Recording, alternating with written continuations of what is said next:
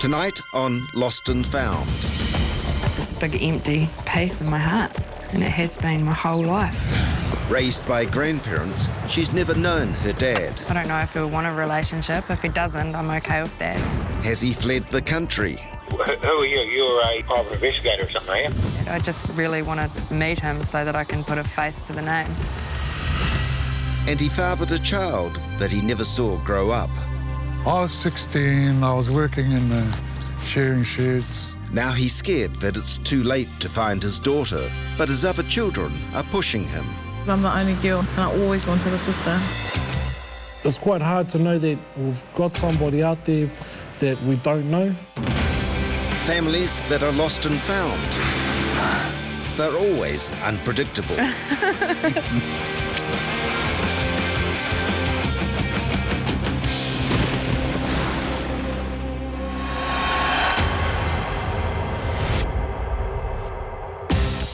I've never known my dad. I grew up in Greymouth, and apparently he lived just up the road. I don't know how it feels to you. But he never came to see me, and I don't even know what he looks like. Can you please help me find Peter Mackey, the dad I've never seen or spoken to? After growing up without her dad, there comes a time when he simply must be found. Ready? That one's for you. 32-year-old Melissa Glanville lives in Darfield, outside of Christchurch. She met her husband Luke when they were just 16. They now have 2 boys, One's like it. Slade and Jason. Do you reckon Jace can get all the rings? Yes. Having a close family means a lot to Mel because growing up, her family was very different. Hey, I'm on. Mel was born to a teenage West Coaster. 3 months later, she was adopted by her mother's parents. So little Mel grew up with her grandparents, who loved her very much and treated her as a daughter. Mel still sees her mum occasionally, but she's always wanted to know her birth dad.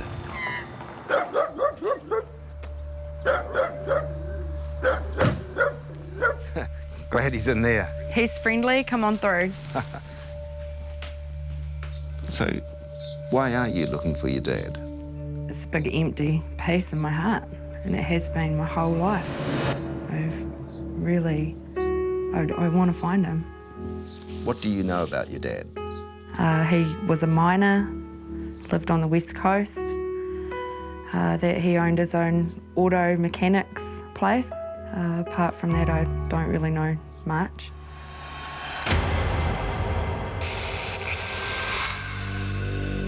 Mel can remember being 8 years old at a dairy in Greymouth. Her grandfather pointed to a man and told her that was her dad. He said, "Do you know who that was?" And I was like, "No." And he said, "Well, that's your father, that's Peter Mackey." All I remember is the back of him. He never came round to see you, tried to find you? No, not ever, as far as I know. Tough question, but why do you want to meet a man who's ignored you your whole life? I need closure. I need to see his face. That's pretty much the most important thing. All the people in Mel's life support her search for her birth father, her natural mother, the grandparents who adopted her, and especially her own close family. She's been with Luke for 16 years now. She's the love of my life, man. She's my everything. And, you know, like, there's this guy out there that hasn't met this beautiful daughter he's got. You know, he's missing out on a lot. I thought about him often. I always wanted to meet him. Yeah, I feel sad and empty, just confused as to how he could have stayed away for as long as what he has. Oh, hello, I was trying to get hold of a Peter Mackey who used to work in Greymouth. The first thing I find out is that, as Mel suspects, Peter Mackey is long gone from the west coast of New Zealand. Anything else you can tell me? But when I search Australian records, I find a Peter Mackey who owns a mechanics business. Then through the company's office, I track him to a place called Armidale, outside of Perth.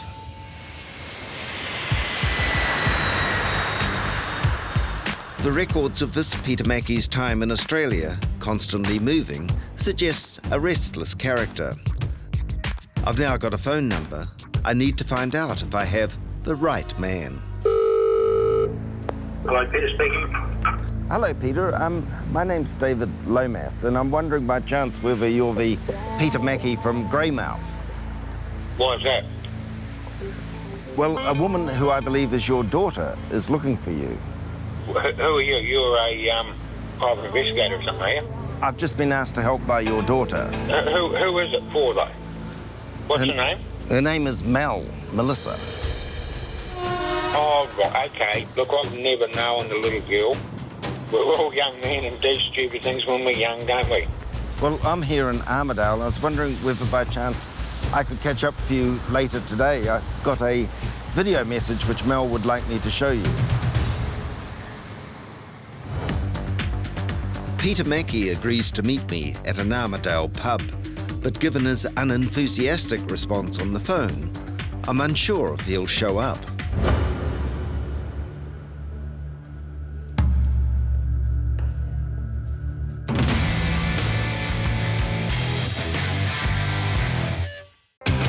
"32-year-old Darfield mum, Melissa Glanville, has never met her father. I'm in West Australia, hoping I've found him."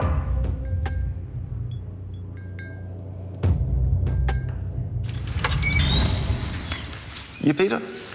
Peter's, yes, it is. Hi, I'm David. How you going, David?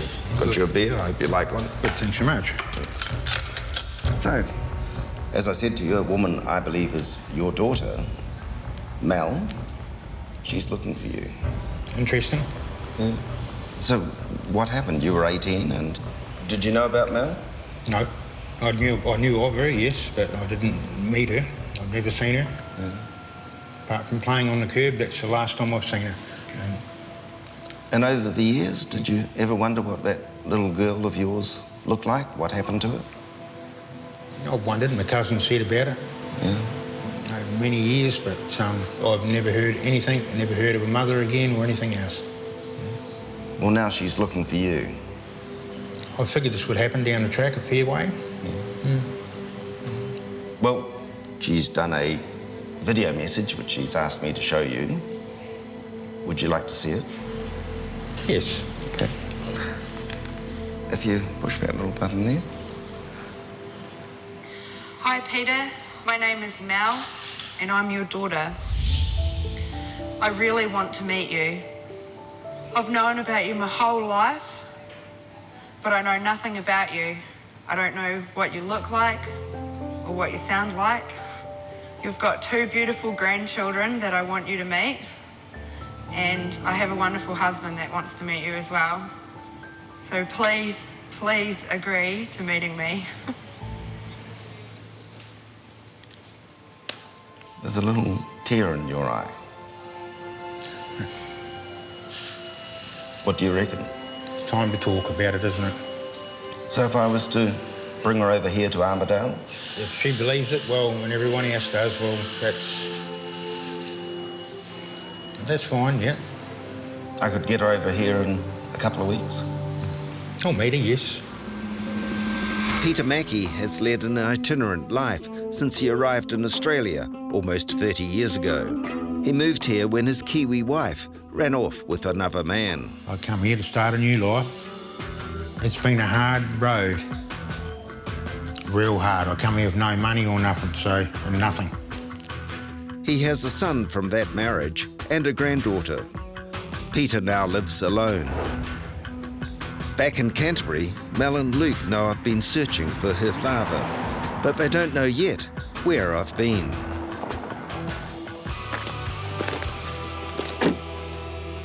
So if we could find your dad, what are you hoping for? Acknowledgement.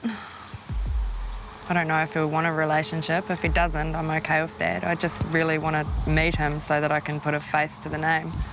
Well, I'd just like you, if you could, to have a listen to this. Just push the button there. It's a lady who believes she might be your daughter. Her name is Melissa. Oh, right, okay. I know who you mean, yes. Look, I've never known the little girl. I've seen her on the footpath at her mother and father's house there. Would you be happy to catch up with Melissa? Yeah, no problem.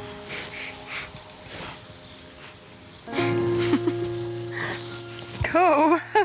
He sounds cool. Cool, so he does want to meet me then?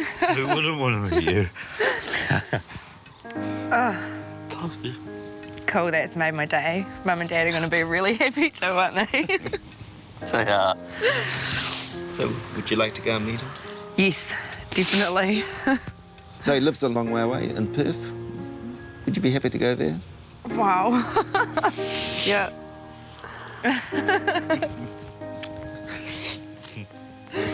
As you can see, it means a lot to Luke too. It does.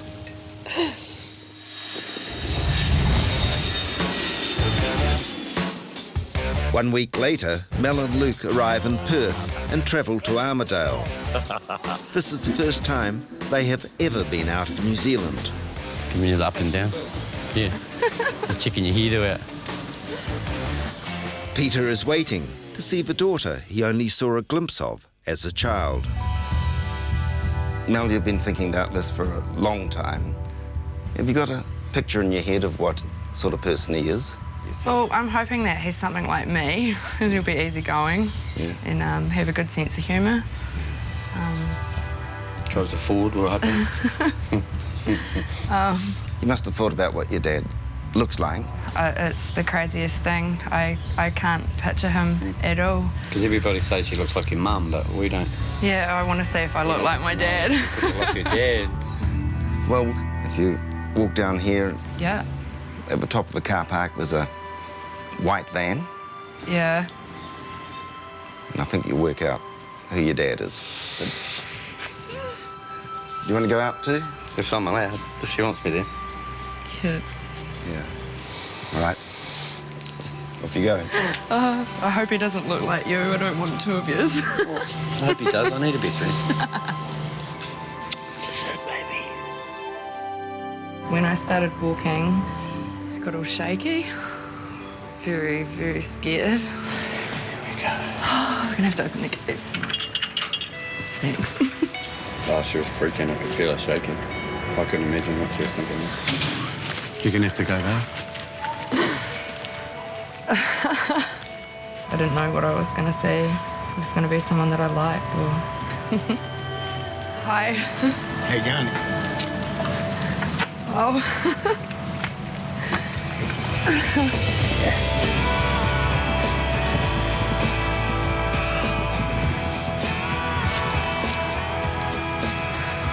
How you going, mate? Yeah, good.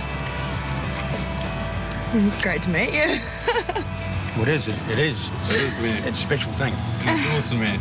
Exactly like we Oh my God. pictured, man. You're awesome, man. Told you about it. Wow. I knew exactly who he was as soon as I saw him because he looks like me. I can't stop looking at you. Oh, she's my girl, that's for sure. Beautiful girl. It's good to meet her, that's the thing. You ride, man? I've got my bikes, yep. What do you ride, man? I've got my Harley, I've got a Triumph. Yes, mate. Good stuff. All the thoughts that I'd had just were right. It's a very amazing feeling. We're discussing all this stuff today. Yeah. When I gave him a hug, it felt right. It felt comfortable. It was meant to be. And you are a mechanic. Legendary. Finally, Mel has been able to get the answers to all her questions. Had a really good day with him yesterday. Stayed there till like 10 o'clock at night, just talking and talking and talking. He's like the same taste in music as me, into all the same things as me. He's cool. He's so much like Luke. It just shows that girls do pick men like their fathers. I'm real glad you've got a Triumph. I can't believe I have a bikey husband and a bikey dad. Peter is looking forward to seeing more of his long-lost daughter. I hope I do spend more time with them, and hopefully they're welcome to come back anytime. It's unreal, man. I feel different now. I definitely know who I am now. Yeah, all questions answered.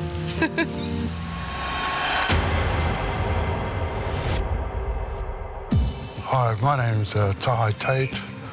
I've just joined this program to look for my daughter, Wikitoria. It's been 20 years and I'm wanting to find out where she is. Kia ora, my name is Sherry Tate and I'm looking for my sister Wikitoria. I've been looking for her for a very long time and I really want to find her. Kia ora, I'm Tahi Tate Jr. I'm looking for my sister Wikitoria. I've known about you all my life. I've only got the courage now to come look for you. She has nieces and nephews now and it'll make a family for us. God.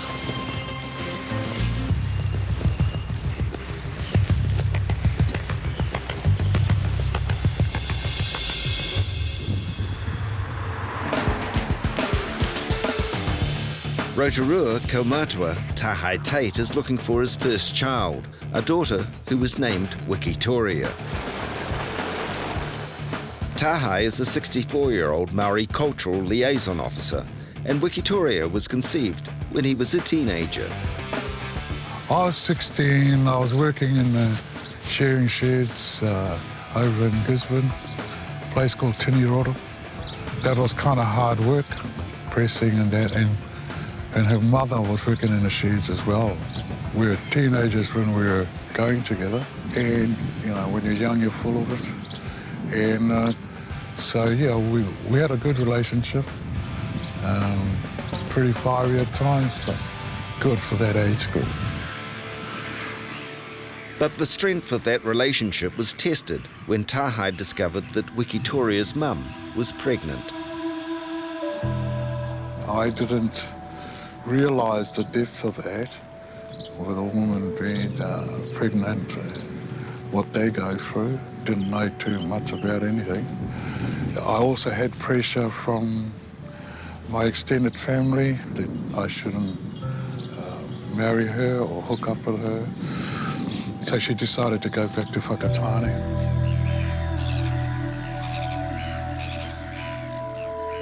So, looking back, I mean, how do you feel about the decisions you made then? Because I never had anything to do with her, it doesn't mean to say that I wouldn't love her just like my other children. And I've only just thought about her all the time.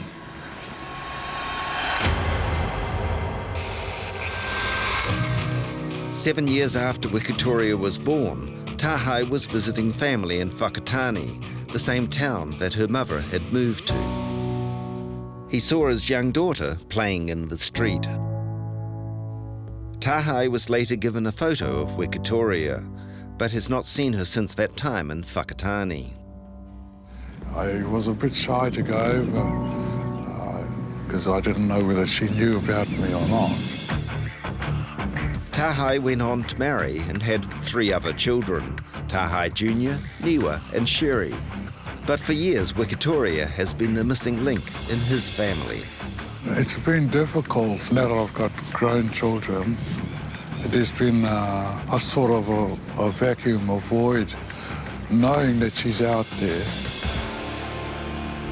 Tahi lives at Rotorua's Ohinimutu village, home to the famous and beautiful Te Papauru Marae and St. Faith's Church. He says Wikitoria has a proud heritage. She's descended from very astute, very loving warrior woman that are revered in our history.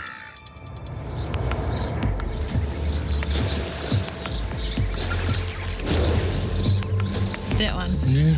That's Dad. I reckon he's only just cracking 20 or something. He looks young, eh? This old dad, they look pretty suave back in the day. Yeah. Sherry and Tahi Jr., two of Tahi's 3 other children, are determined to help their dad find their missing sister. I was about 9 years old and I found a photo of her in our family photo albums. I didn't know who she was, obviously. Yeah.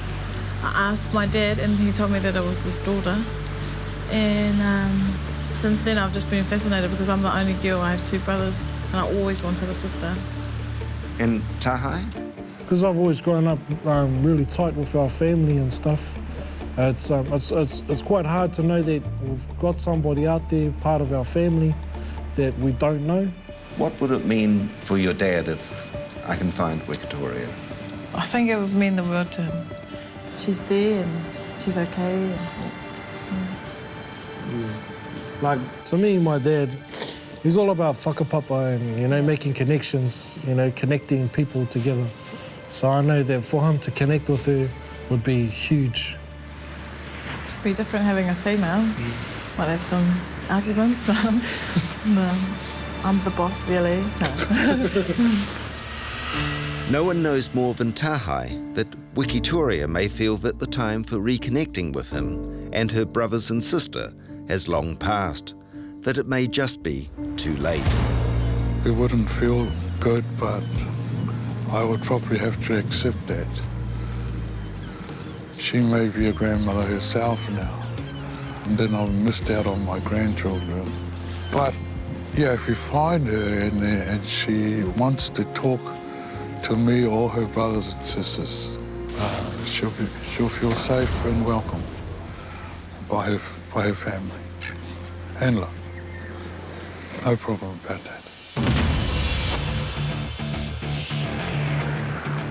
Amongst all this complex web of family history, Marae-dom, and the impending search for Wikitoria, there is something that stands out. It's the name Tahi. Why is that name familiar? I have a suspicion I've heard it before.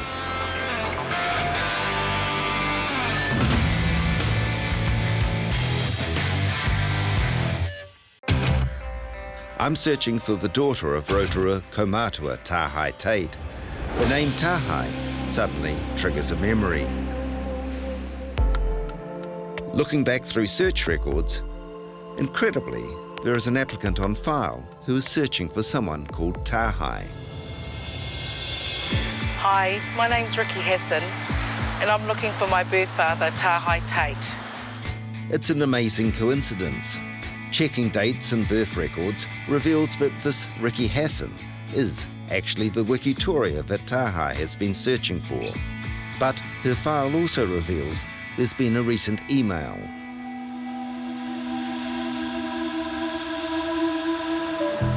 It seems odd that Ricky has suddenly withdrawn her application. I need to find out why. Yeah, Oh, hello, is that Ricky? speaking. Ricky, it's David Lomas here. Oh, hi, David. We spoke a few months back. Yes, we did talk a while ago, but I see that you've pulled out from trying to find your dad. Yeah, I did. I didn't really want to go through with it anymore. Well, look, I'm coming down to Nelson in the next week or so. I was wondering if I could catch up with you.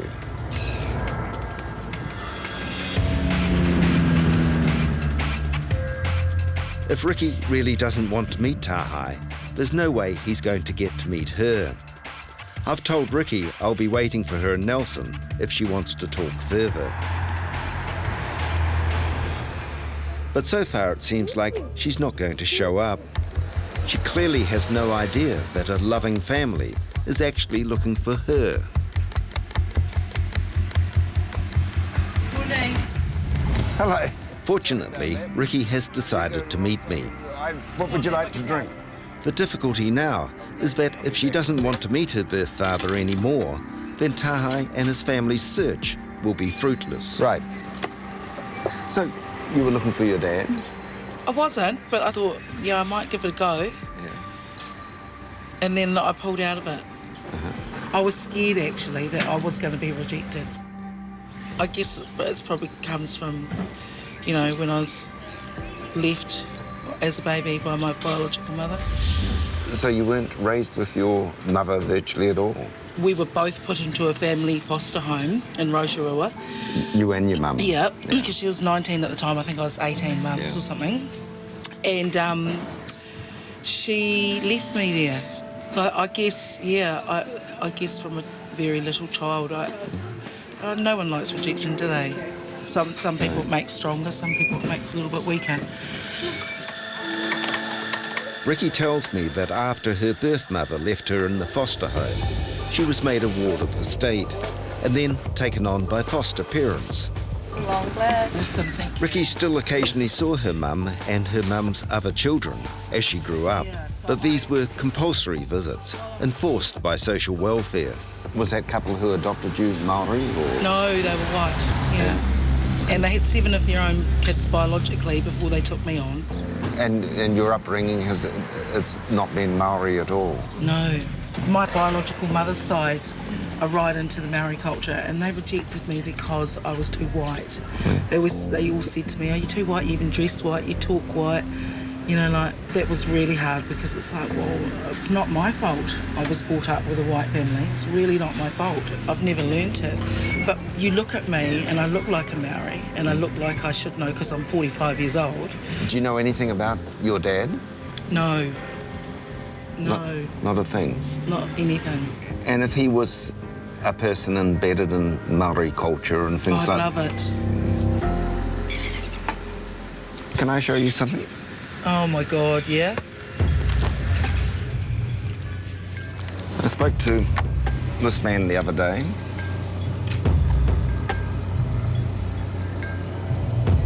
Yeah? And if you were just to push that button down there, have a watch of this. Hi, Wikitoria. I'm your dad. No way. I've spent a long time looking for you. No way. I really want to meet you, and so do the rest of your brothers and sisters. So, Wikitoria, in the background you'll see on Marae, you belong to this place. We'd like you to also meet your extended whānau from here. So, if you really want to come and meet us, we'll welcome you back into our whānau.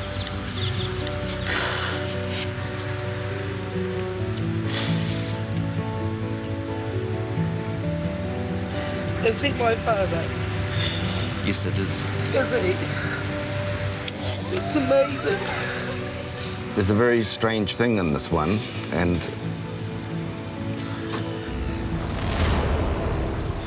they came to us to try and find you. No way.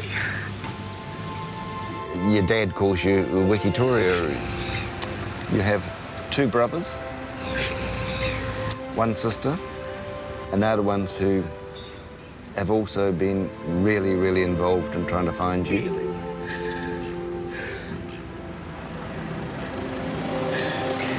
You have to tell me how white I am. Like, I want them to know. Because I want them to know that I'm not like them. Why are you worried about that? I don't want them to think of me as white. Like, I just want them to think of me as theirs. That's all.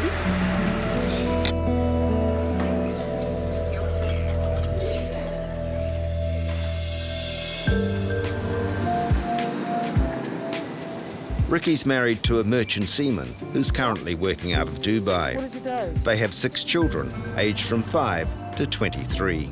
Good boy.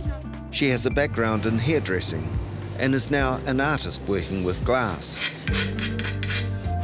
Ricky has lived in the Nelson area ever since relocating with her Pākehā foster family when she was 5. It was great. It was hard working. I got taught, you know, good morals, good work ethic. I was loved, I was fed, I was clothed. And all my foster siblings, they were just my brothers and sisters. I was part of their family. But I've never, ever indulged in my heritage. I've been too scared to, for fear of rejection. Ricky's foster mum passed away 5 years ago, bringing up new feelings of loss. Missing my mum kind of spurred me to want something like blood, I think. I just want to belong. I feel like I want to belong to a family that's really mine. It's unusual news that I bring to Tahi Tate and his daughter Sherry in Rotorua. They have no idea that father and daughter have been looking for each other. For Tahi, there's the anxiety that he's left his search too late, that he's missed the opportunity to reconnect with his daughter, whom he last saw from a distance when she was only 7 years old. Grab a seat. Cool. Well, I've been doing some searching and I've got something to show you. You've been looking for your daughter and you for your sister for some time now. Yeah. Well, interestingly, someone's been looking for you. Okay. So if you just push that button there.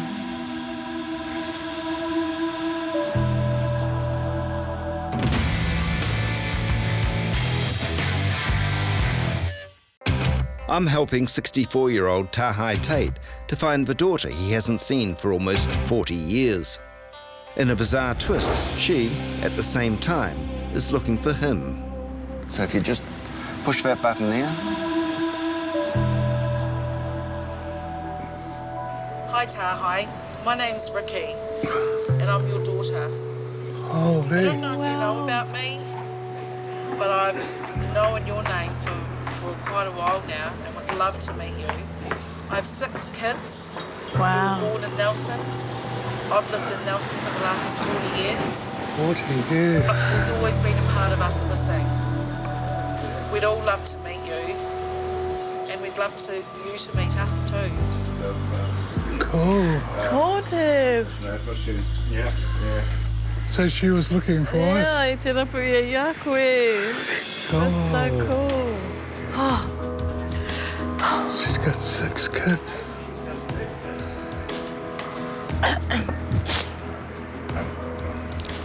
Fabulous.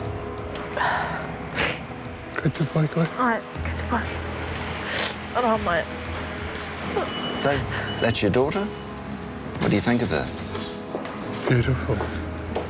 She looks like us. She's beautiful. I've got to tell you, she's worried about one thing. She was adopted and raised in a very Pākehā family. And she's a little bit worried that she might be too white for you guys. Right. Okay. And hasn't really been involved too much in her Marae side. Oh, okay, that's okay. We'll teach her if she wants to learn. Well, I will. Yeah, no, there's no problem with us. I was a bit frightened that she may not want to meet us. Been so long. And now I've realised I've got 6 grandchildren from her. Just makes it even so much better.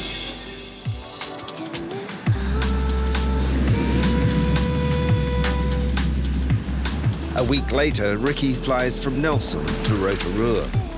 All she knows is that she is to be formally welcomed onto a marae to meet Tahi, her birth father.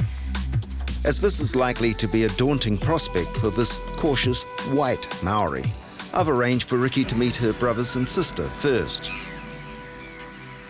So you're here in Rotorua and you're going to go and meet your father's family today. How do you feel about that? More nervous than excited, because I don't like the unknown. It's a bit scary. What's the most terrifying thing about today? I think I've had a whole lifetime full of rejection, so I don't really know any other way. You have a brother and sisters on your mum's side. Why is this different? It's different now because these people actually want to meet me. I'm not being forced to go and visit because the social welfare told me I had to. 27-year-old Sherry has been instrumental in encouraging her dad to find his long-lost daughter, and she's waiting with her older brothers, Tahi Jr. and Niwa. So how does it feel to have a new member of the family arriving? I don't know, I've never felt this feeling before, so you know, it's all new to me. Sort of wonder what she looks like and, you know, what she's been doing for her life. And It's different. I'm the only girl. No. So there's going to be another one. So, I'm just excited, nervous. So if you were to look over your left shoulder there and just down there you see 3 people waiting for you? Yep. That's your 2 brothers, Tahi and Niwa, and your sister Sherry. Would you like to go and say hello to them? I'd love to. Okay. Off you go. Good luck.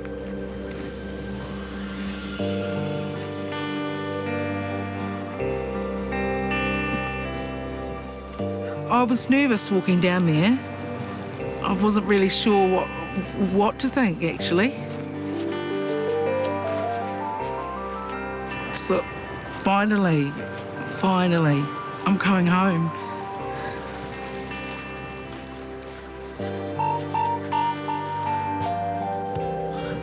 Hey sis, how are you?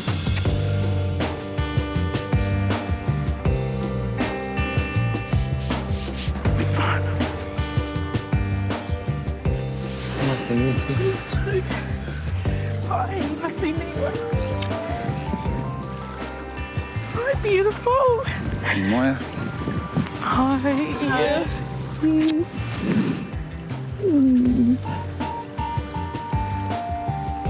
Beautiful. The hugs, just holding them was just beautiful because I know that they want me.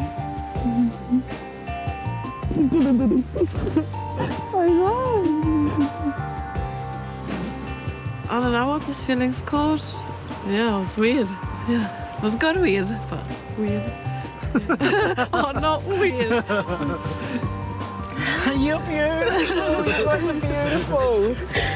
Oh, wow. Hi. I can't describe it, man. All I know is I'm happy, you know. You know, this is what I wanted all of my life. We were worried that you might know about us, but you didn't really. Well, I didn't. I had no clue. No clue. We were looking up the wrong name for starters. Yeah. No wonder we couldn't find you. To have someone to belong to is really all I've wanted. Yeah. We belong here. Thank you. For Ricky, meeting her new family has only just begun. Tomorrow she will face her first formal Marae welcome, and there she will meet her father, Tahi.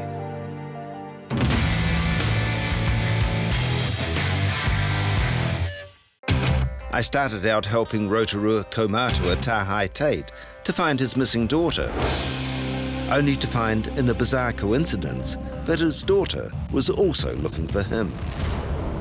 Now, after meeting her new brothers and sister, Ricky and her dad Tahi will finally meet each other. Extended family are gathering.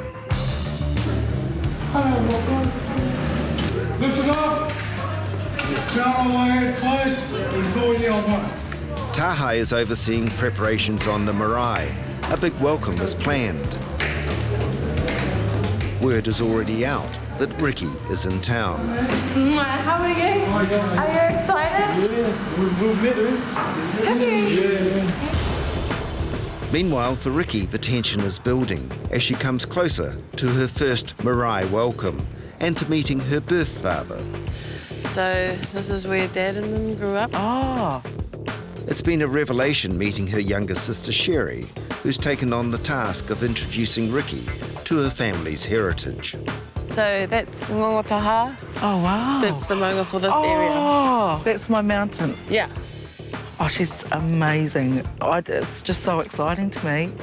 I hope I can fit it all in. It's going to be awesome. You know. But now the moment has come that Tahi and Ricky have both yearned for and feared for so many years. Ricky afraid that she would never be able to embrace her Maori culture, that her father would not want to know her. And Tahi fearful that he'd left it all too late.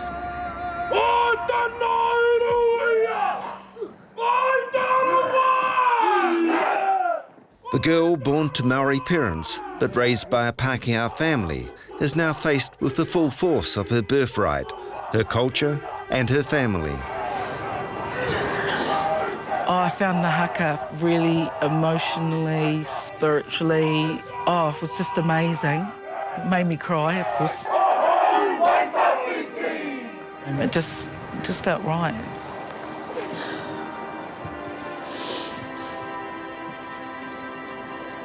Where's my dad?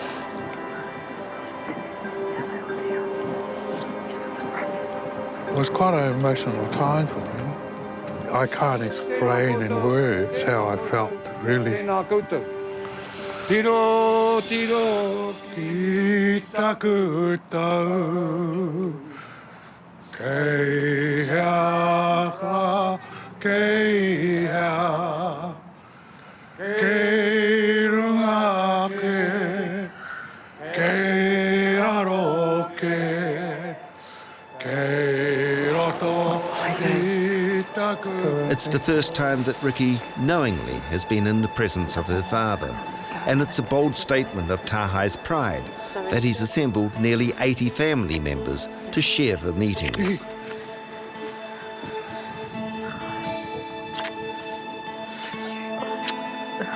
Beautiful.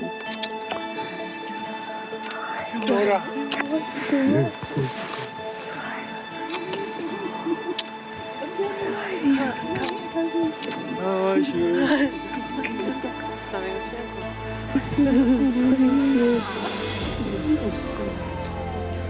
My daughter. Always been my daughter.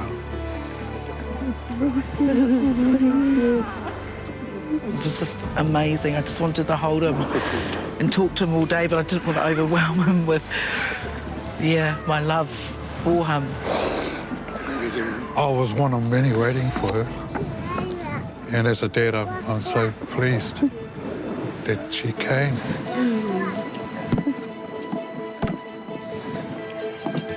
Her wairu has always been with us. That's her spirit, because we knew of her. So she was always in our thoughts. Now she's just arrived physically and we can see her. So I feel really happy.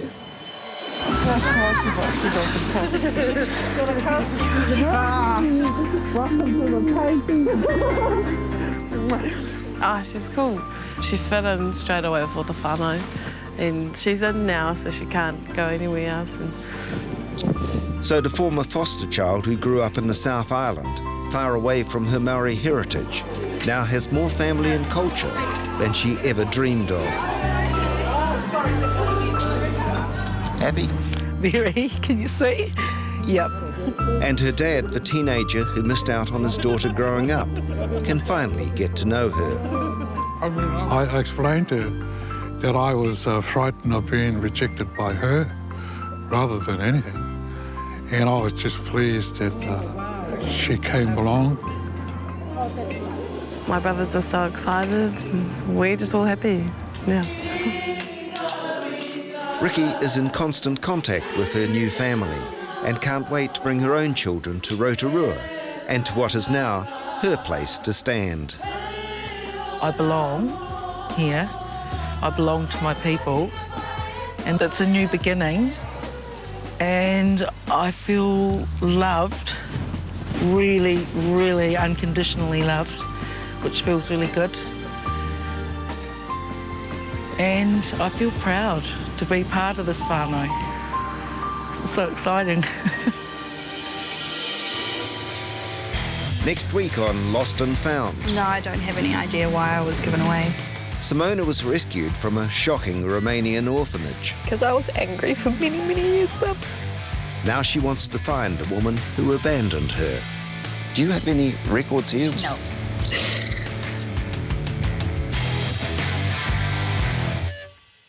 Supporting local content so you can see more of New Zealand on air.